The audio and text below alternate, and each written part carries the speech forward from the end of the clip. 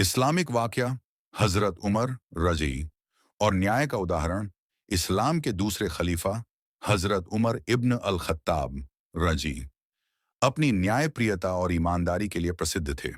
उनका शासनकाल इस्लामी इतिहास के स्वर्णिम युगों में से एक माना जाता है, जहां उन्होंने हमेशा अल्लाह के डर से न्याय किया। किसान और अमीर का विवाद एक बार की बात है।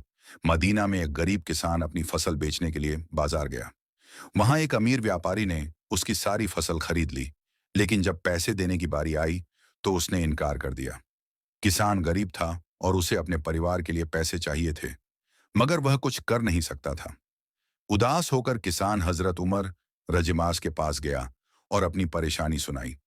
हजरत उमर रजिमाह ने तुरंत उस व्यापारी को बुलाया और पूछा, क्या तुमने इस गरीब किसान की फसल खरीदी?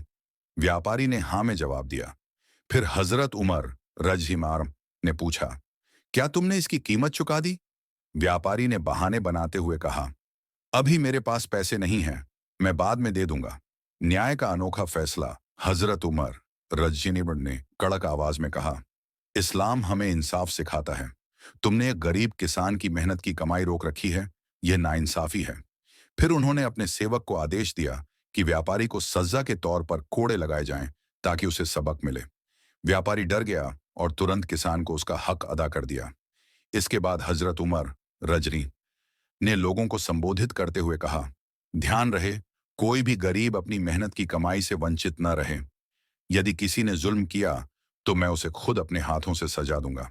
सबक। इस वाकये से हमें यह सीख मिलती है कि इस्लाम न्याय, ईमानदारी और सच्चाई पर आधारित है।